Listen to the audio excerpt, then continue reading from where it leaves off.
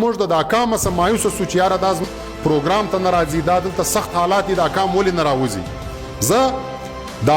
کام کسرواره نه ګڼم دا کام ته په مختلفو شکلو کې په مختلفو وختو کې دومره دوکې ورکول سوي دي دا کام سل ځایه مارانو چې چلی دی نو موږ ته د سلو مارانو چې چلو کام را پاته دی نو د دې کام اعتماد چې موږ ګټو موږ به په خپل ځان کې بدلون راولو دا پرلط والا خلکو ته ویلي ول چې راسي دا وتړو خو دوی نه راتلل ولنه دلته له موږ سره سیاسي ګوندونه دي هغه بیا دا شی نه خوښوي نو بیا موږ دوی ته دا وایو چې وروره دا اوس تېر انتخابات وسولو دلته چا سیټان بایلول بیا د هغه سیاسي ګوندونه راوتلي ول ټول وطن یې تړلی و یعنې که زه پر یو سیټ باندې راوتلی سم وطن تړلی سم بیا دلته د لکونو خلکو روزګار تباه کېږي 2 میاشتې کېږي خلک در په دره ناست دي بیا یې ولې نه سم تړلی دا خبره هم کوو چې دلته په دې ملک کې مسله صرف دا نه ده چې خلک دلته سیاسي کارکنانو ته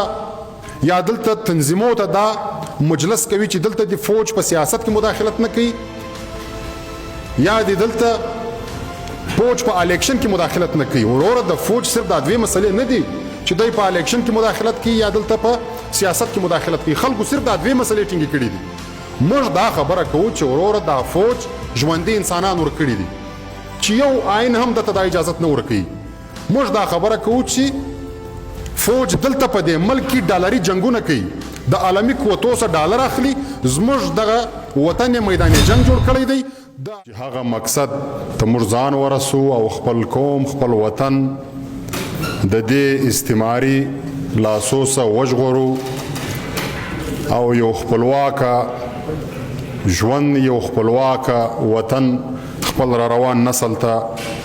ورکو عزیزانو سردار عارف افغان په خپل یو ذاتی مشکلاتو یا د پولې او د پټۍ په جنگ کې یا د تربورګلوۍ په جنگ کې یا د یو کاروباري تنازع په جنگ کې سر نه دی بایللی سردار عارف افغان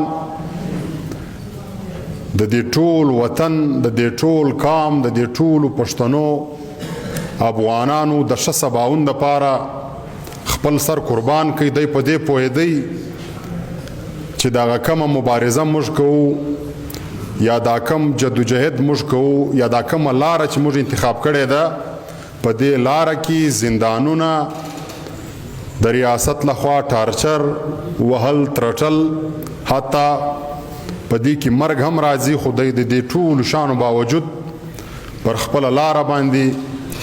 مستحکمه ولاړو او خپله مبارزه یې کوله او په آخر کې دا ثابته هم کړه چې خپل سر د دې وطن دپاره ورکوي خپلې وینې یې توی کړې مقصد یې صرف دا و چې دلته پښتون قام پر دا خپل وطن باندې یو خپلواکه ژوند وکړي نو ځکه موږ دا خبره کوو چې په سیاست کې ځینې شیان ډېر ضروري وي پکار دا وي چې هر سیاسي کارکن دا شان په خپله هم زده کړي او د نورو سیاسي کارکنانو سره هم مجلس پر وکړي چې کله سیاسي کارکن په دې ټولو شانو باندې پوه سي او دی فکری طور دغه خپل لار انتخاب کی بیا به خامخا دوی کامیاب کیږي کاغه لږ وختو کاغه ډیر وختو اول دا چې ته سیاست کې د سیاست د پاره بیانیه تر ټولو مهم شی دی چې ته دلته ولسونه را کوړه کې دا ولسونو ته کومه بیانیه یږدې پر کومه بیانیه باندې دا ولسونه را کوړه کې نو سردار عارف وزیر د یو داسې بیانیه انتخاب کړی چې نن د دې ملک ټول سیاسي ګوندونه او د نړۍ ټول هغه تنظیمونه چې هغه دلته د انساني حقوقو دپاره کار کوي یا دلته د امن دپاره کار کوي یا هغه د ترهګرۍ مخالفه دي هغه ټول نن پر دې متفقه دي هغه د پښتون ژغورنې غورځنګ بیانیه چې سردار عارف وزیر خپله کړې وه دا پر دې متفقه سوي دي چې بیانیه دغه ده چې دلته هیڅ قسم ترهګري نه منو په خپله خاوره کې امن غواړو د یو فرد پر بل فرد باندې د یو قوم پر بل قوم باندې د یو قبیلې پر بلې قبیلې باندې د یو ډپارټمنټ پر بل ډپارټمنټ باندې هیڅ بالادستي هیڅ زور نه منو دلته به د دې اولسونو په خوښه باندې هر قانون پاسیږي او د دې اولسونو په خوښه باندې به دلته حکومتونه جوړیږي، د دې اولسونو په خوښه باندې به دلته خارجه او داخله پالیسي جوړیږي، د دې وطن پر وسایلو باندې به اختیار د دې ځي د ځایي اولسونو وي، دلته به هیڅ قسم ډالري جنګونه به نه وي، دلته به دا چې نن د دې ملک واکدارانو د دې ټول ملک معدنیات قبضه کړي دي او صرف یو مخصوصه طبقه د هغه معدنیاتو څخه استفاده کوي او د دې ټول کم آمدن چې دی دا وړي په بار ملکو کې خپل جایدادونه په جوړوي د خپل فیملیانو دپاره، دا به دلته ختمیږي، د دې خاتمه به کیږي. نو دا هغه بیانیه ده چې سردار عارف وزیر خپله کړې وه او دا بیانیه 6 کاله مخکې پښتون ژغورنې غورځنګ دغه کام ته راوړله او دا وخت ټول کام په دې نتیجه رسېدلی دی چې د خلاصون لاره یوازې په دې بیانیه کې ده. دویم چې ستا بیانیه تا کام ته کښېښوله، بیا د دې بیانیې سره سره د خلاصون یو لاره چې هغه به ته کام ته ایږدې، یعنی دا کام تا ته وایي چې دا ستا بیانیه ټیک ده، خو اوس څنګه موږ کولی سو چې ځان خلاص کو. نو بیا د بیانیې سره سره دته یو تګلاره په لاس ورکول، هغه تګلاره باید واضح وي چې په دې باندې د کام هر سړی وپوهیږي. پښتون ژغورنې غورځنګ د بهترین بیانیې سره سره یو بهترینه تګلاره هم دا کام ته ورکړله، هغه تګلاره دا ده چې موږ په دې ملک کې د دې پارلماني نظام برخه نه جوړیږو، پارلماني سیاست نه کوو، موږ د اولسونو په احتیاط باندې په یو ملي لشکر باندې باور لرو چې کله یو ملي لشکر موږ را جوړ کړي او بیا هغه ملي لشکر ته موږ یو ملي تنظیم ورکړي، بیا هغه ملي تنظیم یو ملي مزاحمت کوي او بیا ستا وطن خلاصېدلی سي د دې مشکلاتو څخه. هغه داسې لکه څنګه چې احمد شاه بابا دغه ټول افغان ملت سره را جمع کوي، یو ملي لشکر یې جوړ کوي، بیا یې مقاصد په لاس ورکړل او خپل ټول وطن یې تر ډیلي او تر اصفهانه پورې وګټئ، خپلواکي یې جوړه کړه. هم داسې میرویس نیکه په خپل وخت کې ټول افغانان سره جمع کړي ول، یو ملي لشکر یې جوړ کړی و، بیا هغه ملي لشکر ملي مزاحمت وکړي او ټول لر او بر افغان وطن یې وګټئ، خپلواکي یې جوړه کړله. نو موږ نن هم هغه تګلاره خپلوو چې ټول وطن دغه ټول کام سره یو ځای کوو، یو ملي لشکر جوړو، بیا هغه ملي لشکر په یو منظمه تنظیم باندې بدلو، بیا به هغه منظمه تنظیم مبارزه کوي، مزاحمت به کوي، بیا موږ خپل وطن ګټلی سو. نو ځکه موږ دا لاره انتخاب کړې ده چې موږ غیر پارلماني سیاست کوو. ولې د دې ملک کم پارلماني نظام چې دی، د دې نظام کې موږ 80 کاله تیر کړي دي چې 1080 کاله نور تیر کو، دا کام به نور هم تباه کیږي، خو خپلواکۍ یا موږ خپل حقوق نسو راوړلی، چونکې دلته یې هغه سیټ اپ داسې جوړ کړی دی چې په دا سیټ اپ کې ته هیڅ هم پرمختګ نسې کولی. نو موږ به دلته دغه ټول کام را جمع کوو، یو ملي لشکر به جوړو چې د هغه دپاره عارف افغان خپلې هلې ځلې کولې. بیا عزیزانو د دې سره چې ستا سره بیانیه در سره وي او تګلاره دې واضح وي، بیا د هغه ترڅنګ دریم شی هغه موږ به ویره نه کوو، موږ به بلا خوفه پر دغه خپله تګلاره باندې سفر کوو. په دې تګلاره کې که هر څنګه مشکلات موږ ته راځي، دا ریاست زموږ په لاره کې هر څنګه کډیان جوړوي، خو موږ به په خپل همت سره دغه لاره باندې سفر کوو. نو بیا موږ کولی سو چې خپل منزل ته ځان ورسوو. ځکه تاریخدانان دا لیکي وایي یو لاره که هر څومره ښایسته وي، د ګلونو ډکه وي، خو د منزل په طرف یې باید ته سوچ وکړې چې د دې منزل څه شي دی. لاره خو ډېره ښایسته ده، خو که یو لاره هر څومره ازغنه وي، هر څنګه د مشکلاتو ډکه وي، خو که منزل بهترینه و ښایسته و، بیا د لارې فرما مه کوه، سفر کوه. دا لاره به یو ټیم ختم سي، دا مشکلات به ختم سي، خو هغه بهترینه منزل ته ځان رسولی سي. نو د پښتون ژغورنې غورځنګ لاره دا مشکله ده، په دې کې وهل ستا، ترټل ستا،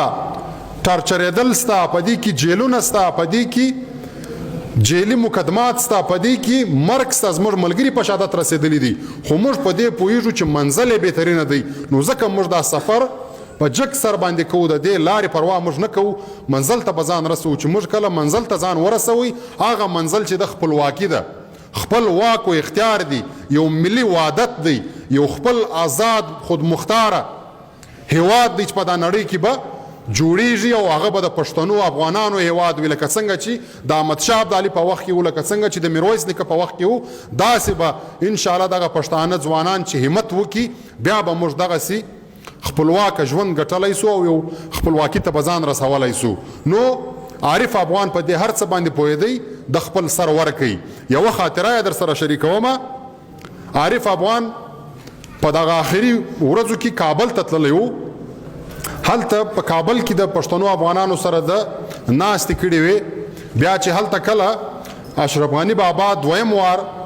د صدارت سوګند اخیستی په هغه پروګرام کې هم د شرکت کړی و نو هلته د تحریک خپلو ملګرو خواخوږو عارف افغان ته یو خبره کړې وه چې موږ ته حالات داسې معلومیږي چې ته برته دوباره وزیرستان ته ځې خپل وطن ته حالات ټیک نه دي ستا د مرګ پلان دی موږ ته داسې حالات معلومیږي نو لہذا ته باید هلته وطن ته ولاړ نه سې که ته یورپ ته ځې که ته هر هیواد ته ځې موږ دلته یو سیسټم درته برابرو ته ولاړ څه خپل ځان وژغوره سردار عارف وزیر یوه خبره ورته کړې وه هغه ملګرو ته ول هلته په وطن کې خو یوازې زه ژوند نه کوم ډېر بلا ځوانان ژوند کوي او هغه ځوانان موږ ته ګوري موږ فالو کوي چې دا کومه لار موږ انتخاب کړې ده دوی هم هغه زموږ پر لار باندې روان دي یعنی د دوی رهنمایي موږ کوو نو که چیرې زه سردار عارف وزیر په دومرې غټو بریتو باندې وطن پرېږدم بار ولاړ سم نو هغه ځوانان به بیا څه کوي نو لہذا که مرګ وي که مو سر راپرې کوي زه وطن نه پرېږدم خپل وطن ته مو ځمه دا ځوانان به ما ته ګوري زه وطن نه پرېږدم که ما پرېښوئ دا ځوانان هم وطن پرېږدي نو لہذا د دې مقصد دا دی چې په دا مبارزه کې به موږ باجرته اوسیږو په دې کې که د ریاست هر څنګه خوښه وي هر څنګه تکلیفونه راولي دا تکلیفونه به موږ په جګ سر باندې په خپل وجود باندې وړو نو بیا انشاءالله دغه کام دا ټول وطن اعتماد موږ ګټلی سو د دوی باور موږ ګټلی سو عزیزانو دلته اکثره موږ د دا کامه څه مایوسه سو چې یاره دا زموږ پروګرام ته نه راځي دا دلته سخت حالات دي دا کام ولې نه راوځي زه دا کام کسرواره نه ګڼمه دا کام ته په مختلفو شکلو کې په مختلفو وختو کې دومرې دوکې ورکول سوي دي دا کام سل ځایه مارانو چې چلی دی نو موږ ته د سلو مارانو چې چلو کام را پاته دی نو د دې کام اعتماد چې موږ ګټو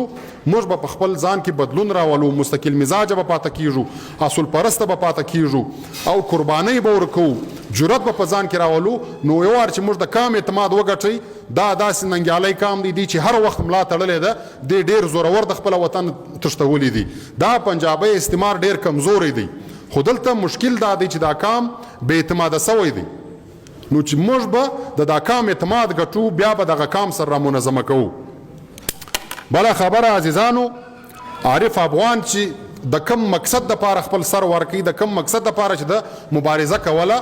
هغه حالات نن هم بهتره نه دي هغه حالات نن هم روان دي دا زموږ پریزه جوړیږي د دې ملګرو د دې ځوانانو چې زموږ شهیدانو د کم مقصد دپاره سر ورکړی دی موږ به هغه لاره نه پرېږدو هغه لاره به موږ ودانه ساتو نن هم تاسو وینئ په چمن کې د تیرو 7 میاشتو څخه خلک ناست دي ریاست فیصله کړې ده چې په چمن کې خلک بېروزګاره کړي پر تا باندې د روزګار دروازې اوس تړي د تعلیم دروازې خو پخوا در باندې تړلې دي د صحت دروازې پخوا در باندې تړلې دي امن خو پخوا در څخه اخیستی دي دهشتګردي د ډېره وخته سره راوستلې ده ټارګټ کیلینګ دلته روان دی هغه برای تاوان کیسې دلته روانې دي خو اوس آخري شی چې هغه ته ژوند پکې د 2 وختو ډوډۍ چې ته خپلو بچانو ته ګټې اوس یې دا فیصله کړې ده چې دا پښتنو باندې به د روزګار دروازې هم تړي هغه شروعات یې دا دی د چمنه څخه کړی دی چې په لکونو خلک د دې ډیورند د دروازې اخوا ته وړي بیا دې خوا ته راځي دا یې د روزګار ذریعه ده دا یې نن تړلی دی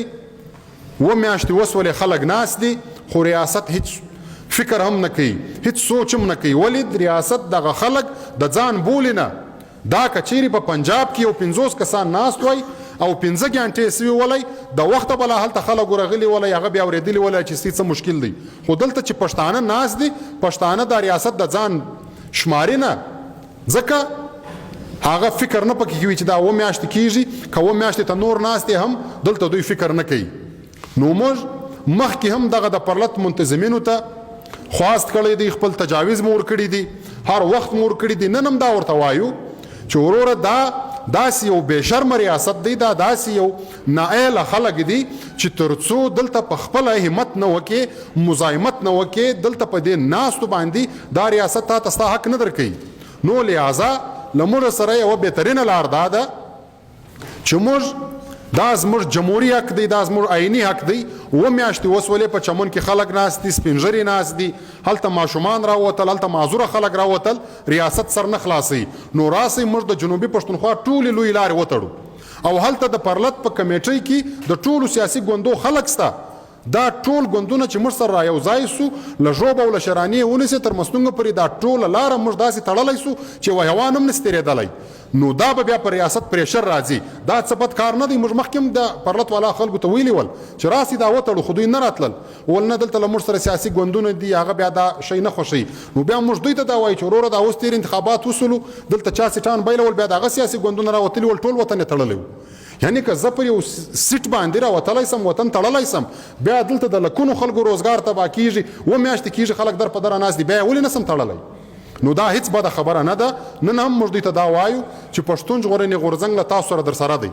سره کښېنئ، په چمن کې میټینګ سره وکئ، دغه منصوبه سره جوړه کړئ، هغه سخته لار موږ ته راکئ، هغه وسا لار تاسو در واخلئ. موږ درته تیار یو، چونکې دا د وطن مسله ده، دا د یو ګوند مسله نه ده، دا د یو 5 کسانو مسله نه ده، دا د ټول وطن مسله ده. دلته خلک په تکلیف دي. نو لہذا پکار دا دوی چې دوی دا سوچ وکړي، دغه سټپ باید موږ واخلو چې له ژوبه سې واخلي تر لکپاسه پورې موږ دغه ټوله جنوبي پښتونخوا وتړو، پنجاب لاره هم وتړو، د خیبر پښتونخوا لاره هم وتړو. بیا به زموږ غږ تر هغه خلکو پورې رسیږي چې دا روان دي، انټرنیشنل میډیا به راځي، پر دې به غږیږي. داسې شور به جوړو چې شور مو جوړ کړي، بیا خپل حق اخیستلی سو. او بله خبره، په دوکۍ کې حالات ورځ تر بلې خرابېږي د یو منظمه منصوبې په توګه باندې چې هلته په دوکۍ کې کم د پښتنو کاروبار دی، کم د کویلې لیزان دی. یو خو د وخته څه په دې باندې اف سی خپل ټیکسونه مسلطه کړي دي چې پر فی ټن باندې دوی 4-4.5 روپۍ اخلي. دا موږ په وخت وار وار باندې د دې مزاحمت کړی دی چې وروره دا د کم عین مطابق دغه اف سی دلته بته اخلي. دا یو عجبه سیسټپ دلته په د عمل کې روان دی چې هیڅ څوک په یو ملک د دې مثال څوک نسي راکولی. یو فورس دی اف سی، اول خدا یو د وفاق د خوا جوړ شوی فورس دی، دوی ته وفاق خپل تنخواه ورکوي، د دوی ټول مراعات وفاق ورکوي، د دوی د بچانو تعلیم مفت دی، علاج یې مفت دی، دوی چې دا تګ او راتګ کوي د دې باقاعده ټي ای ډي هلته وفاق ورکوي او خپلې تنخواوې دي. بیا دلته د دې صوبې بلوچستان حکومت دوی ته مخصوصه جلا سیلري ایښې ده چې هغه تقریبا د میاشتې 10-12 زره د یوه سپایي غه جوړیږي. دا د بلوچستان حکومت دوی ته جلا تنخواه ورکوي. او بیا د دې باوجود دی راځي چې د چیرې ډیوټي وي، هلته دی د هغې علاقې خلک راغواړي، وایي دلته زه تا ته تحفظ در کومه، ته به ما ته پر پی ټن باندې 4.5 روپۍ راکوې. یعنې یو ملازم دی 3 تنخواوې اخلي، یوه د وفاقه څه اخلي، یوه دلته د صوبې څه اخلي، بل هلته د ځایي خلکو څه اخلي. نو دا په خپله غیر عیني کار دی. دلته چې کم ججان ناست دي یا دلته چې کم خلک د آئین د بالادستۍ خبرې کوي، د هغو څه موږ دا خواست کوو چې وروره په کار دا دی چې اول د دې خلاف اکشن واخیستل سي. یو ډپارټمنټ دی، یو فورس دی، 3 ځایه تنخواوې اخلي، او چې بیا هلته خلک انکار ورته وکړي چې موږ تا ته ټیکس نه درکوو، ته خو ملازم یې، ستا آئیني فریضه دا ده چې ته به ما ته تحفظ راکوې. بیا په دا بله ورځ باندې دوی پر روډ باندې 10 ګاډیانې هم سوځي، 20 ګاډیانې هم سوځي، هغه خلک دباوي چې ما ته به خامخا دا پیسې راکوې. اوس یې هلته بله منصوبه روانه کړې ده چې خلکو ته وایي چې دغه ټیکس چې دی کم دی، تاسو به موږ ته دا رازیاتوئ. بیا هلته پرون ورځ هم په دوکۍ کې 2 ځایه دماکې کړي ولې چې تقریبا 15 پښتانه پکې زخمیان سوي ول، یو 2 هلکان پکې شهیدان سوي ول. دا منصوبې روانې کړي دي. دا ټول د دا دوکۍ د وسایلو د لوټمار لپاره دا منصوبه ده. موږ دا پوښتنه کوو چې وروره دا دماکې وسولې، دا بمان د کومې خوا رالل، دا چا راوړل؟ دا خلک د اسمانه سره شوه که د ځمکې سره ووتل؟ پر ټولو بډرانو باندې ته ولاړې، ټول روډو باندې ته ولاړې، چیک پوسټونه ټول تا نیولي دي. یو شریفه سړی ناخون کاټ هم په جیب کې نسي تېرولی، پر هر ځای باندې ته ګاډۍ هم ګورې، شناختي کارډ هم چیک کې، د جامې تلاشي هم کې. بیا موږ دا کوېسچن کوو چې دا خلک د کومې خوا رالل، دا بمان یې د کومې خوا راوړل؟ نو دا صفا خبره ده، ښکاره خبره ده چې دا خلک یې په خپله کوي. ستا په وطن کې دغه مسلې درته جوړوي چې تا بېروزګاره کې ستا د وطن وسایل لوټ کړي. او د دې سره موږ دا خبره هم کوو چې دلته په دې ملک کې مسله صرف دا نه ده چې خلک دلته سیاسي کارکنانو ته یا دلته تنظیمو ته دا مجلس کوي چې دلته د فوج په سیاست کې مداخلت نه کوي یا دلته فوج په الیکشن کې مداخلت نه کوي. وروره د فوج صرف دا دوی مسلې نه دي چې دوی په الیکشن کې مداخلت کوي یا دلته په سیاست کې مداخلت کوي. خلکو صرف دا دوی مسلې ټینګې کړي دي. موږ دا خبره کوو چې وروره دا فوج ژوندي انسانان ورکړي دي چې یو آئین هم دته دا اجازت نه ورکوي. موږ دا خبره کوو چې فوج دلته په دې ملک کې ډالري جنگونه کوي، د عالمي قوتو څخه ډالر اخلي، زموږ دغه وطن میدان جنگ جوړ کړی دی، د عالمي قوتو څخه کرایه اخلي، دلته راځي عالمي قوتونه زموږ پر وطن باندې جنګي. موږ دا خبره کوو چې فوج دلته په دې ملک کې د ټولو محکومو کامو پر وسایلو باندې قابض دی، د ټولو محکومو کامو وسایل لوټ کړي دي او چې په هغه محکومو کامو کې څوک غږ پورته کوي د دوی د دې ظلم خلاف، بیا فوج راځي هغه خلک وژني، هغه ټارچروي، هغه ورکوي. موږ دا خبره کوو چې دغه فوج د تیرو 500 کالو څخه په افغانستان کې مداخلت کوي، په ښکاره ورځ باندې کوي. دلته خلک ورته ساتل، دلته خلک ټرینول او دا د دې ځای استول. د افغانستان ټولې ادارې هلته په تباه کولې. په افغانستان کې مکتب نه یې لکوئ، په افغانستان کې روغتون نه یې لکوئ، په افغانستان کې سړک نه پرېښوئ، په افغانستان کې یو بل سرکاري دفتر نه پرېښوئ، په افغانستان کې چې بچا د افغانیت خبره کول هغه انسانان یې وژل. موږ دلته دا خبره کوو چې دغه فوج دلته په یو شکل په بل شکل کې مختلفه دهشتګرد تنظیمونه جوړ کړي دي چې هغو ته ټریننګونه د په خپله ورکړي دي او په هغه تنظیمو باندې دلته د حق اوازونه دباوي چې څوک د خپل وطن دپاره غږ پورته کوي، هغه خلک په وژني. موږ دا خبره کوو چې دغه فوج دلته په بلوچ وطن کې ډیت سکواډونه جوړ کړي دي، پرایویټ ملیشې جوړې کړي دي. نو لہذا د فوج قصور صرف دا نه دی چې دی په الیکشن یا په سیاست کې مداخلت کوي. دا فوج دلته دغه ټول ملک دغه 25 کروڑه عوام یې یرغماله کړی دی. د 25 کروڑه عوام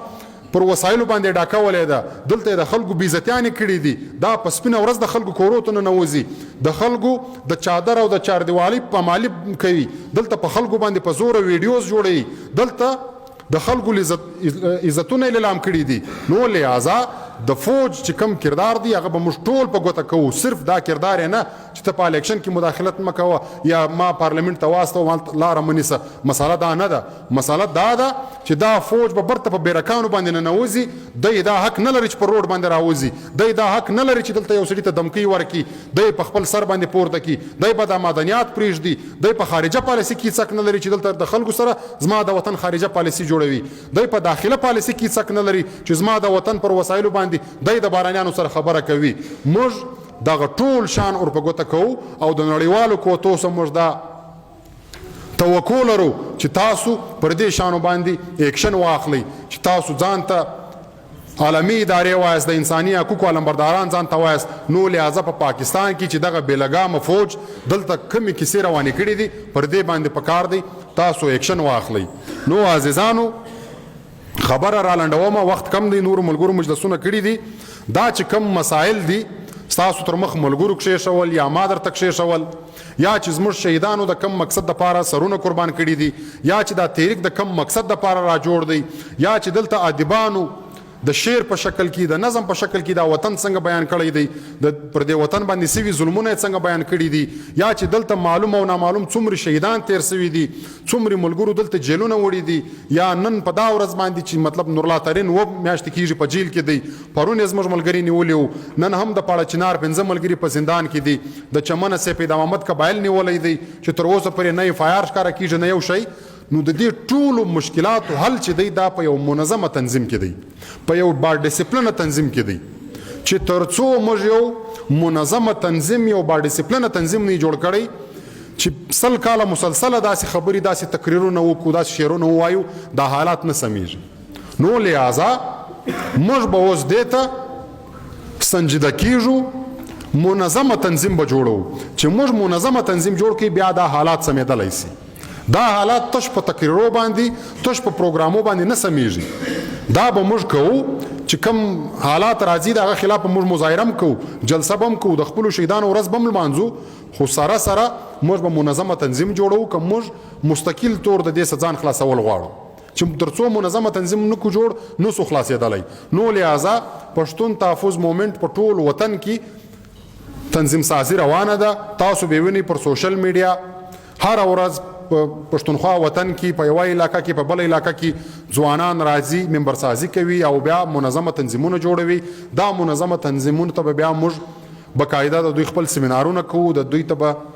بقاعده تربیت ورکوو، بیا به دغه ټول تنظیم چې لاس په کار سي خپل کار روان کړي، نو په ټول وطن کې به یک وخت کار روان وي، د دې نتیجه چې راوځي هغه به د دې وطن په ګټه وي. نو لہذا ټولو ځوانانو ته خواست دا کوو چې وروره ورځ به نه ضایع کوئ، منظمه تنظیمونه به جوړوئ، ابتدایي یونټان به جوړوئ. هر ځوان باید دا کوشش وکړي چې په خپله ګلۍ کې یو ابتدایي یونټ جوړ کړي. دا ډېر اسانه کار دی. د 7 کسانو سره زموږ ابتدایي یونټ شروع کیږي، نو په کار دا دی چې هر ځوان د ځانه سره دا فرض وکړي چې یاره که واقعي زه د عارف افغان سره وفا کوم، د عارف افغان د وینو سره وفا کوم، د ارمان لوني د وینو سره وفا کوم، د خړ کمر د شهیدانو د وینو سره وفا کوم، یا په د خپل تحریک په د خپل کام خوا بدیږي، باید هر ځوان د نن صدا فریضه وکړي چې یو یونټ پر ما باندې دی،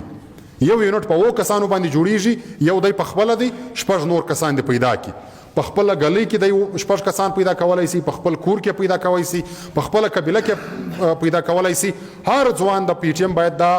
لوز د ځان سره وکړي چې یو ابتدایي یونټ زه جوړوم. نو چې هر سړی یو ابتدایي یونټ جوړ کړي، نن موږ دلته 200 کسان ناست یو، که موږ هر سړی یو یونټ جوړ کړو، را روان وخت به دا 200 ابتدایي یونټ وي. نو دا طاقت به د غمر نور سوا کیږي، دا به د غمر نور سوا کیږي. داسې چې همت موږ روان کو، بیا انشاءالله موږ کولی سو چې خپل د شهیدانو ارمانونه پوره کړو او تر خپل منزله پورې ځان ورسو. نو په آخر کې یو ځل بیا سردار عارف وزیر ته د عقیدت او د احترام ګلونه وړاندې کوم او د پښتون ژغورنې غورځنګ کوټې ولسوالۍ ټولو ذمهوارو ملګرو ته آفرین او شاباس وایم چې دوی همیشه همت کړی دی. پر روان وختو کې هم د دغسې همت په هیله یوځي. ډېره مننه، خوشحاله اوس.